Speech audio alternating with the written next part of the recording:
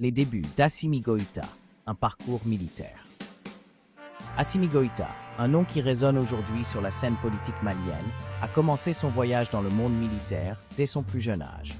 Né en 1983, Assimi Goïta est originaire de Kati, une ville garnison proche de Bamako. Cette proximité avec le monde militaire a profondément influencé sa vie et ses choix futurs. Kati, avec son camp militaire où son père servait, a été le berceau de son éducation et de ses aspirations. Grandir à l'ombre de ce camp a forgé en lui un sens aigu du devoir et de la discipline. Inspiré par son père, Assimi Goïta a décidé de suivre ses traces. Dès son plus jeune âge, il a intégré l'armée malienne, déterminé à se faire un nom et à servir son pays avec honneur. Son engagement et sa détermination l'ont rapidement distingué parmi ses pairs. Il a gravi les échelons de l'armée avec une rapidité impressionnante, démontrant à chaque étape son sens du devoir et son leadership. Grâce à sa persévérance, il a été promu à plusieurs reprises, chaque promotion étant une reconnaissance de ses compétences et de son dévouement. Son parcours l'a mené à servir au sein des forces spéciales, notamment dans le bataillon autonome des forces spéciales, le BAFS. Là, il a pu affiner ses compétences et développer des stratégies militaires avancées. Goïta s'est distingué par son courage et son leadership, participant activement à la lutte contre les groupes terroristes qui menacent le nord du Mali. Ses actions sur le terrain ont été cruciales pour la sécurité de la région. Sa bravoure et son engagement lui ont valu la reconnaissance de ses pairs et des plus hautes sphères de l'armée.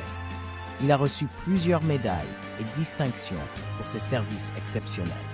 En reconnaissance de ses compétences, il a été envoyé suivre des formations prestigieuses à l'étranger, notamment aux États-Unis et en France.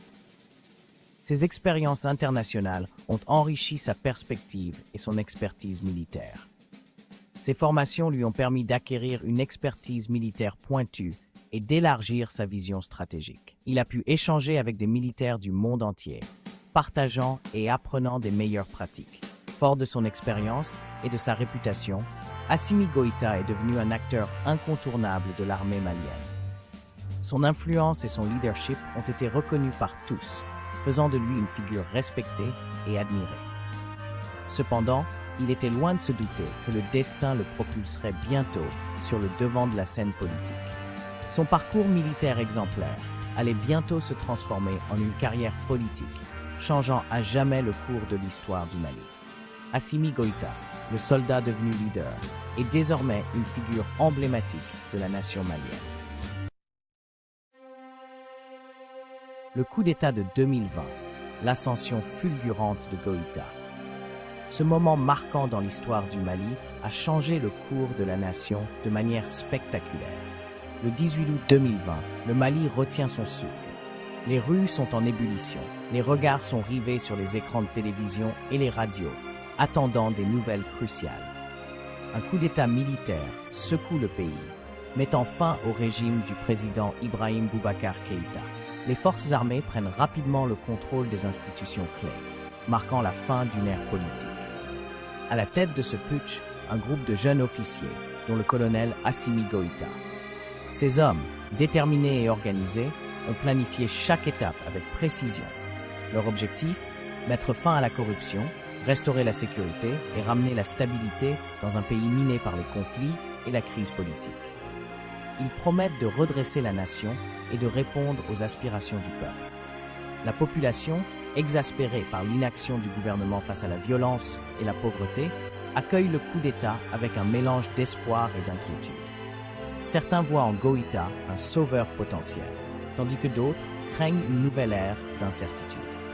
Le Comité national pour le salut du peuple, le CNSP, est alors mis en place, avec à sa tête Assimi Goïta. Ce comité se veut être le garant de la transition et du retour à la normalité. Le colonel, jusque-là inconnu du grand public, devient le visage de ce nouveau Mali en quête de renouveau. Sa présence charismatique et son discours ferme captivent l'attention de la nation. Son passé militaire et son image d'homme intègre lui confèrent une certaine légitimité auprès d'une partie de la population. Il est perçu comme un leader capable de mener le pays vers un avenir meilleur. Cependant, le coup d'État suscite également des condamnations internationales. Les réactions sont vives et les critiques nombreuses, mettant en lumière les défis diplomatiques à venir. La Communauté économique des États de l'Afrique de l'Ouest, la CEDEAO, impose des sanctions économiques et diplomatiques au Mali, exigeant un retour rapide à l'ordre constitutionnel. Les sanctions visent à faire pression sur les nouveaux dirigeants pour qu'ils respectent leurs engagements. Face à la pression internationale, Assimi Goïta et le CNSP s'engagent à organiser une transition politique et à rendre le pouvoir aux civils. Ils promettent de travailler avec les partenaires internationaux pour assurer une transition pacifique. Un gouvernement de transition est mis en place avec la nomination d'un président et d'un premier ministre civil. Ce nouveau gouvernement a pour mission de préparer le pays à des élections libres et transparentes, marquant ainsi le début d'une nouvelle ère pour le Mali. À la tête du Mali, la présidence du CNSP. Assimi Goïta, un nom désormais bien connu sur la scène politique malienne, occupe une place centrale dans la direction du pays. Malgré la mise en place d'un gouvernement de transition, Assimi Goïta, en tant que président du CNSP, conserve une influence considérable sur la scène politique malienne. Son rôle dépasse largement celui d'un simple chef militaire. Il se pose en garant de la réussite de la transition et de la stabilité du pays. Goïta a su s'imposer comme une figure incontournable, jouant un rôle clé dans la gestion des affaires de l'État. Son rôle ne se limite pas à la supervision de l'armée. Il est également impliqué dans la prise de décisions stratégiques qui touchent tous les aspects de la vie nationale.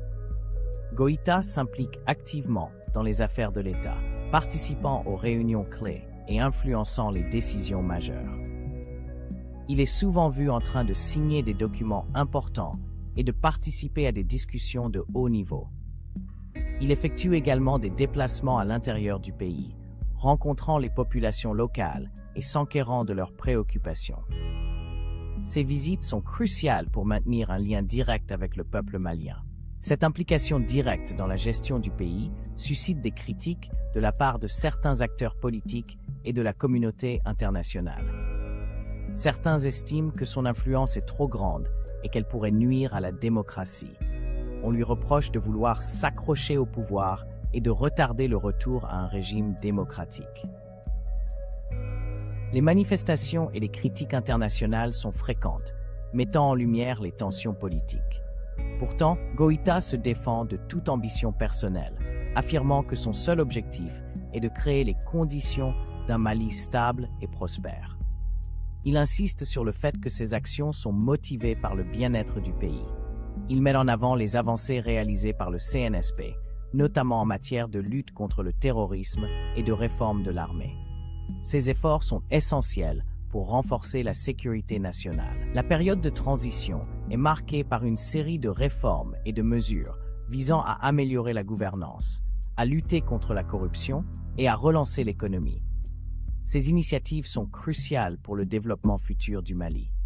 Cependant, le pays reste confronté à de nombreux défis, notamment la persistance de l'insécurité dans le nord et le centre du Mali. La route vers la stabilité est encore longue et semée d'embûches, mais les efforts continus du CNSP et de Goïta sont un pas dans la bonne direction. La transition, Goïta, vice-président et figure centrale.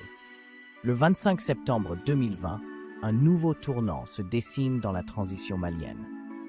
Assimi Goïta prête serment en tant que vice-président de la transition aux côtés du président Ban Dao. Ce dernier, un ancien militaire à la retraite, est chargé de conduire le pays vers des élections démocratiques dans un délai de 18 mois. Bien que n'occupant plus la fonction suprême, Goïta conserve une place prépondérante dans l'échiquier politique malien. En tant que vice-président, il est chargé des questions de défense et de sécurité, des domaines cruciaux dans un pays en proie à l'instabilité. Son influence dépasse cependant le cadre de ses prérogatives officielles, s'étendant à d'autres domaines.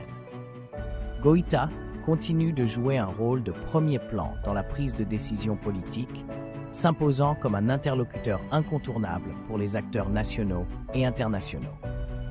La transition, initialement prévue pour durer 18 mois, est marquée par des tensions et des blocages persistants. le gouvernement de transition peine à mettre en œuvre les réformes promises et à répondre aux attentes de la population. Dans ce contexte fragile, Assimi Goïta apparaît comme un élément stabilisateur pour certains, un obstacle à la démocratie pour d'autres. Son influence grandissante et son ambition affichée de refonder le Mali suscitent à la fois espoir et inquiétude parmi la population. L'avenir du Mali, l'influence de Goïta sur la scène politique. Aujourd'hui, Assimi Goïta reste une figure incontournable de la scène politique malienne. Son parcours atypique, de militaire à homme d'État, continue de fasciner et de diviser. Si ses partisans saluent son courage, son patriotisme et sa volonté de redresser le Mali, ses détracteurs l'accusent d'autoritarisme et de vouloir confisquer le pouvoir. L'avenir du Mali reste incertain. Les défis sont nombreux. Instabilité sécuritaire, crise économique, tensions sociales.